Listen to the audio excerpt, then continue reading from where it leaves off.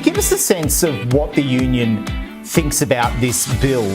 In reviewing the legislation, it's one of the most draconian pieces of legislation we've seen in the workers' compensation space for a very long time. Well, thousands of public sector workers in Victoria set to be axed. How many jobs are at risk here? Well, if it's 10% of the public service, it's between 5,000 and 6,000 people will lose their job. It's the equivalent of political suicide in our view. You cannot have this sort of cut not have an impact on jobs and services across the state.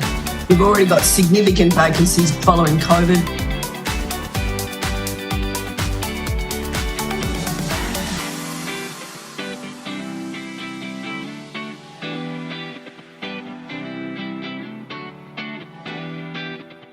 Tensions are on the rise in Victorian jails with staff shortages, meaning inmates are being locked in their cells for longer. They can't fill all the roster spots, and so as a result prisoners are having to be locked down for a lot longer. The Community and Public Sector Union says higher pay is the first step towards lifting recruitment. The Public Sector Union's fighting for a bold new enterprise agreement, wanting to work fewer hours at a higher pay rate. Is it a 20% claim?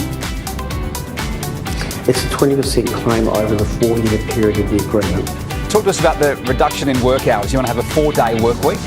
There's been no real change in the hours of work worked in the Victorian public sector since the mid-1980s, when we moved from a 40-hour week to a 38-hour week. Ideas such as a 4-day working week have come on the table as part of bargaining. Well, I think what the COVID period showed during the lockdowns is a large number of our members needed to work from home, and we are trying to embed into the agreement a range of flexible working arrangements.